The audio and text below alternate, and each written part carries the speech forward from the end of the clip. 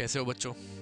आज निकल चुका है IMU CET का रिजल्ट एंड 27,000 रैंक तक आई है।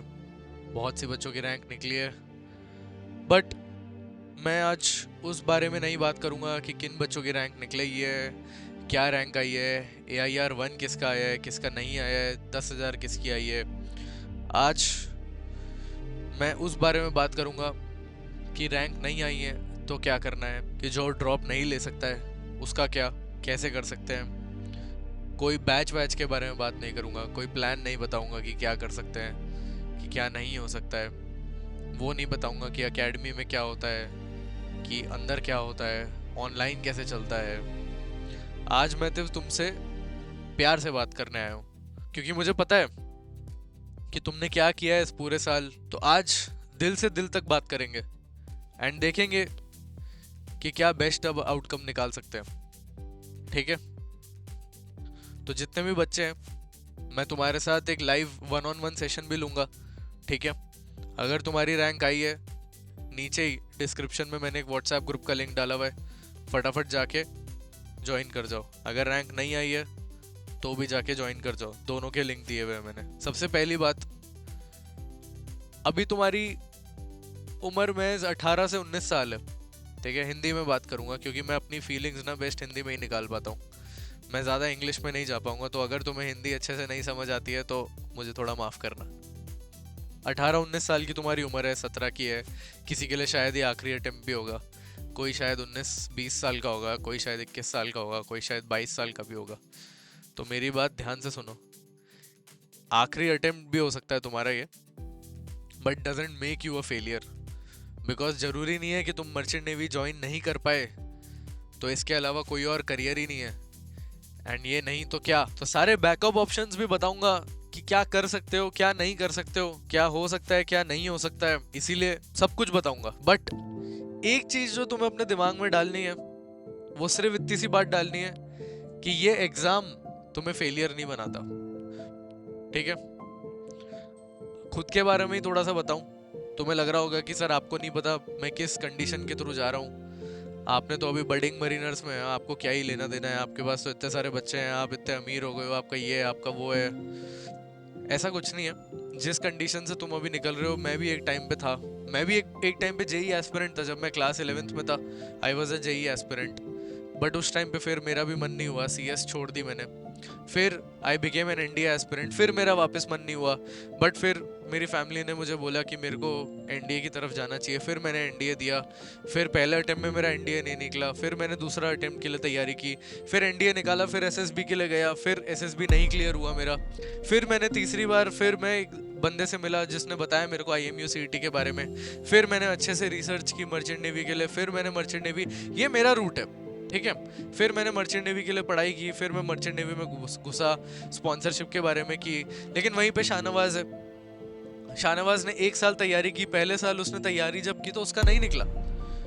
बट जब दूसरे साल उसने तैयारी की तो उसकी अच्छी से रैंक आ गई। तो जरूरी नहीं है कि एक बार, और आज हम दोनों एक ही जगह पे हैं। तो क्या वो फेलियर बन गया, या क्या मैं फेलियर बन गया अगर मेरा जेई नहीं निकला तो, या फिर मेरा वो नहीं निकला तो लाइफ में एक बहुत सिंपल सी चीज मैं तुम्हें बता रहा हूँ कि बहुत सारी स्टेजेस पे तुम्हें ऐसा फील होगा कि तुम फेलियर हो। बहुत सारी स्टेजेस पे तुम्हें ऐसा फील होगा कि अब मैं फेल कर रहा हूँ, अब मेरा क्या, मम्मी पापा मेरे बारे में क्या सोचेंगे। जब बच्चा 17-18 साल का फी होता है ना, तो ओनली थिंग जो उनके दिमाग में होती है वो ये होती है कि मेरे माँ बाप मेरे बारे में क्या सोचेंगे, वो तो मुझे फेलियर की तरह देखते हैं हमें। जब आप 20-21 साल के, 22 साल के, 23 साल के, 24 साल के हो जाओगे, जब जिंदगी में थोड़े बड़े हो जाओगे, तब आपको समझ में आएगा कि जब दुनिया के असली बैटल्स को आप फेस करोगे, तब आपको समझ में आएगा कि माँ बाप से भी बड़े बैटल्स फेस कर रहे हैं आपको। तब आपको अपने बॉसेस को आंसर करना है। मैं आपको एक बात बताऊं, जब मैं अपने जेई के कोचिंग क्लासेस में जाता था ना, 100 बच्चे, मैं एलन जाता था, मैं 100 बच्चे एक क्लास में होते थे। ठीक है, मेरे बैचमेट्स का ग्रुप है अभी भी, हम बहुत अच्छे दोस्त थे। हम में से किसी का IIT नहीं निकला, किसी का भी, किसी का भी। मैंने तो जेई मेंस तक नहीं देने गया। ठीक है, बहुत सारे मेरे दोस्त थे जो पैशनेटली बीकानेर वगैरह से आए थे जयपुर में पढ़ाई करने, मैं जयपुर से ही बेस्ड हूँ, ठीक है, पैशनेटली पढ़ाई करते थे, बीकानेर से आए थे, कोई जोधपुर से आया था, अब नहीं निकला, जेई मेंस तक नहीं निकला, 2 साल उन्हें लगा दिए पढ़ाई करने में, फेलियर बन गए क्या? नहीं नहीं, अब कोई तो बहुत अच्छा कर रहे हैं लाइफ में, एक तो लंदन में नौकरी कर रहा है, कोई ना, किसी का तो अभी एनआईटी निकल गया, कोई कहीं और नौकरी कर रहा है, कोई अपना अच्छा हाउस होल्ड चला रहा है, कोई मणिपाल में कर रहा है, कोई कुछ और कर रहा है, कोई अपना स्टार्टअप खोल चुका है। तो ऐसा कुछ नहीं है। मैं अपनी खुद की बात आपको बताऊं तो फिर उसके बाद जब मैंने एक फेलियर फेस किया तो फिर मैंने मर्चेंट नेवी के बारे में सोचा। मर्चेंट नेवी में भी मैं जब फ्लीट के इंटरव्यू में गया तो मैंने फ्लीट के इंटरव्यू में फेलियर फेस किया। उसके बाद जब मैंने पहला फेलियर फेस किया तब मैं ग्रेट ईस्टर्न के इंटरव्यू के लिए इतना गंदी तरीके से प्रिपेयर किया, मैंने उस टाइम पे सोच लिया कि अब मैं फेलियर फेस ही नहीं कर सकता। उसके बाद मैंने लाइन से 8 स्पॉन्सरशिप क्लियर की, लाइन से ग्रेट ईस्टर्न क्लियर किया, एंग्लो ईस्टर्न क्लियर किया, सिनर्जी क्लियर किया, टॉम टैंकर्स क्लियर किया, स्कॉर्पियो क्लियर किया। जब फ्लीट के इंटरव्यू में मैं गया ना तो मेरे को उनने ऐसे ऐसे क्वेश्चंस पूछे कि मेरी हवाइयाँ उड़ गई। उस टाइम पे मेरे को ऐसा फील हुआ कि मैं दूर दूर तक प्रिपेयर्ड नहीं हूँ, क्योंकि मैं एनडीए की पूरी पढ़ाई की हुई थी, मैं पाथफाइंडर से प्रिपेयर किया था। उस टाइम पे मेरे को कुछ भी नहीं पता था मर्चेंट नेवी के बारे में, ठीक है। तो मेरे को उस टाइम पे ऐसा लगता था कि यार मैं तो बहुत ओवर कॉन्फिडेंट बन के गया था। बट आपको यही समझना है कि the day you start taking your self seriously, the day you start taking your challenges seriously, आप कुछ भी उखाड़ सकते हो, कुछ भी लाइफ में। मैं एक एवरेज स्टूडेंट हूँ यार।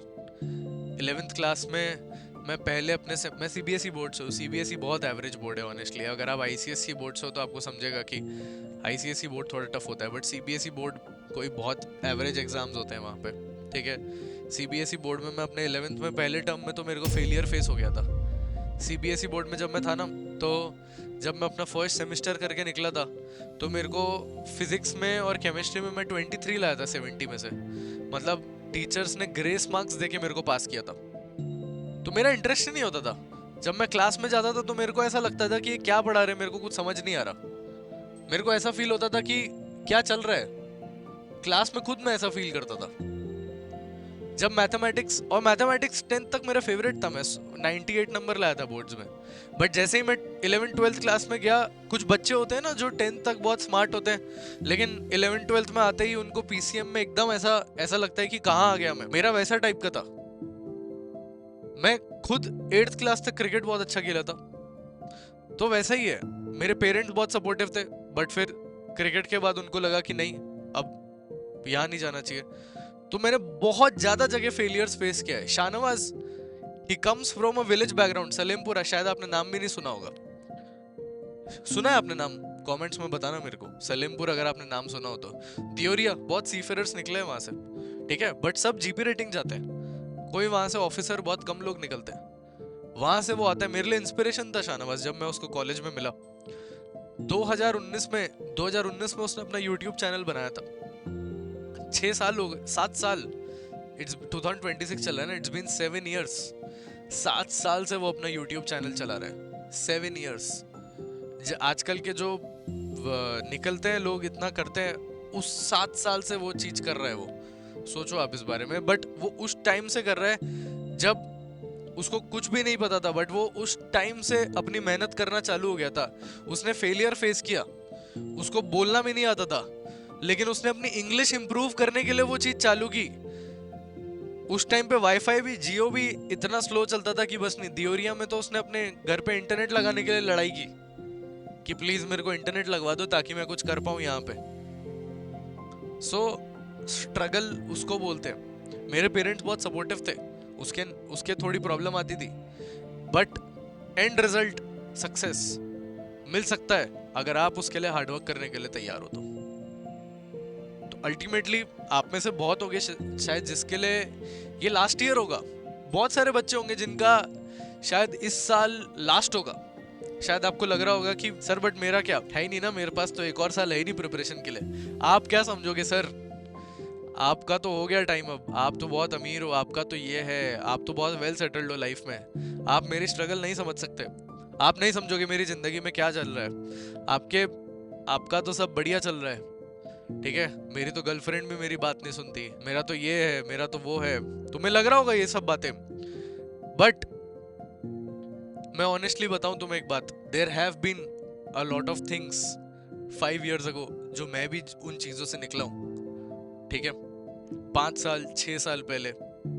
तो आज मैं तुमको ये ऑनेस्टली एक चीज बता सकता हूँ कि अगर तुम्हारा भी ये लास्ट साल था और तुम्हें भी लग रहा है तुम नहीं कर सकते, पिछले साल भी बहुत सारे लोग ऐसे थे जिनको लगता था उनका लास्ट साल है। 1 साल अगर खुद को दे सकते हो तो देने का ट्राई करो, और अगर नहीं दे सकते हो तो एक ऑल्टरनेट करियर भी ट्राई कर सकते हो, कोई दिक्कत की बात नहीं है। लेकिन वो करने से पहले एक कॉल जरूर करो और एक ढंग के काउंसलर के पास जाओ। हमारे साथ जा रहे हो नहीं जा रहे हो कोई दिक्कत नहीं है, बट एक ढंग के काउंसलर के पास जाके समझो कि तुम क्या वो सही डिसीजन ले रहे हो कि नहीं ले रहे हो, क्योंकि हमेशा पेरेंट्स सही गाइड नहीं होते। मेरे कंडीशन में मेरे पेरेंट्स बहुत सही गाइड थे, बिकॉज मेरे पेरेंट्स वेरी एजुकेटेड थे, बहुत अच्छे बैकग्राउंड से आए थे।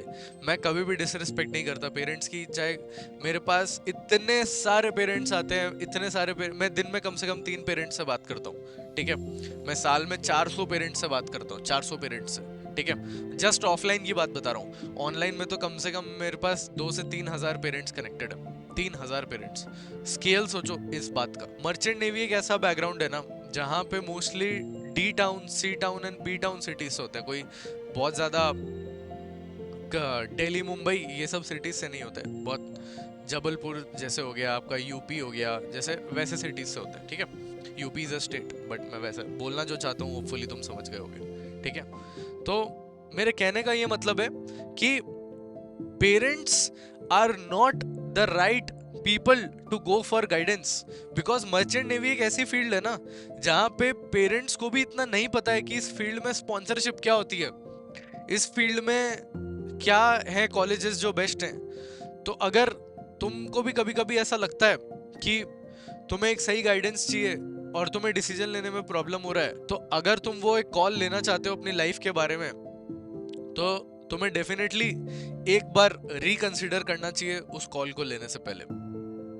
इसीलिए अगेन मैं ये बात बोलूंगा कि नीचे जो व्हाट्सएप ग्रुप दिया हुआ है, एंटर इट। अगर तुम्हारी रैंक आई है तो भी, और अगर नहीं आई है तो दूसरा वाला ग्रुप। बट बच्चों, मेरी दिल से तुमको सिर्फ एक मैसेज है, चाहे रैंक आई हो चाहे रैंक नहीं आई हो, ओजस सर तुम्हारे साथ हैं हमेशा। Success is not defined by your rank. इतने सारे बच्चे मैंने देखे हैं जिनका कोई लेना देना नहीं है कि उनकी रैंक क्या है। मैं बताता हूँ, बडिंग का जो ऑफिस है ना, बडिंग के ऑफिस में 30 से 32 लोग हैं जो काम करते हैं, ठीक है। मैं बताऊँ, जो लोग कोई मार्केटिंग जैसे काम होते हैं, तो आपको क्या लगता है सिर्फ MBAs काम करते हैं क्या? ऐसा कुछ नहीं होता। MBAs भी नहीं होते, जो MBA करके आते हैं ना वो लोग भी इतने टैलेंटेड नहीं होते जितने हमारे कोई फार्मेसी वाले लोग हैं। क्यों? क्योंकि वो लोग इतने इंटेलिजेंट हैं, वो लोग इतने हार्ड वर्किंग हैं। तो अगर आप लाइफ में हार्ड वर्किंग हो, अगर आप लाइफ में जुगाड़ू हो, अगर आप लाइफ में काम कर सकते हो, तो आप बहुत कुछ कर सकते हो। समझ आ रहे? तो आपको लाइफ में जुगाड़ू होना होता है, आपको लाइफ में हार्ड वर्किंग होना होता है। आप अपना वे बना लोगे, आप अपना रास्ता बना लोगे। मेरे इतने सारे बैचमेट्स थे मेरे टाइम पे, अब कुछ तो मर्चेंट नेवी भी छोड़ चुके हैं, कुछ तो इतने सारे हैं जो कि मेरे स्कूल टाइम के इतने सारे दोस्त हैं जो कि पढ़ाई में बिल्कुल भी अच्छे नहीं थे, जिनका कहीं कुछ नहीं हुआ, ना जेई निकला ना नीट निकला, कुछ भी नहीं निकला। मेरे से तो बहुत तगड़ा कर रहे हैं यार वो, लाइफ में बहुत तगड़ा फोड़ रहे हैं जिंदगी में, इतना गंदा फोड़ रहे हैं कि बस नहीं, इतना गंदा फोड़ रहे हैं कि बस नहीं। वो क्यों फोड़ रहे हैं? क्योंकि जुगाड़ू थे, हार्ड वर्किंग थे। तो तुम्हें भी वही करना है, अपना रास्ता निकालना है, अपना रास्ता बनाना है यार। तो अपना रास्ता बनाओ। अगर अपना रास्ता बनाओगे, मेहनत करना बंद नहीं करोगे, तो तुम भी बहुत आगे निकल जाओगे। वही है, ऐसा नहीं है कि तुम्हारे पास परिवार नहीं होगा, तुम्हारे पास एक अच्छी बीवी नहीं होगी, तुम्हारे पास एक अच्छा पति नहीं होगा, तुम्हारे पास एक अच्छा घर नहीं होगा। तुमको वो सारी खुशियां मिलेगी जो एक टॉपर को भी मिलेगी, जो एक AIR 1 को भी मिल सकती है, जो एक AIR 10 को भी मिल सकती है, जो उसको भी मिल सकती है जो DNS करके आगे लाइफ में बढ़ेगा। ठीक है, तुम्हारे भी सपने पूरे हो सकते हैं। बस तुम्हें, उसने मेहनत आज की थी, उसने मेहनत कल की थी, तुम्हें मेहनत अब से करनी पड़ेगी। उसने पेपर से पहले मेहनत की थी, तुम्हें अब से मेहनत करना चालू करनी पड़ेगी। फर्क बस इतना सा है। समझ आ गया? ओजस सर तुम्हारे साथ हैं, तुम्हारे साथ थे, तुम्हारे साथ हमेशा रहेंगे। मिलता हूँ हमेशा के लिए।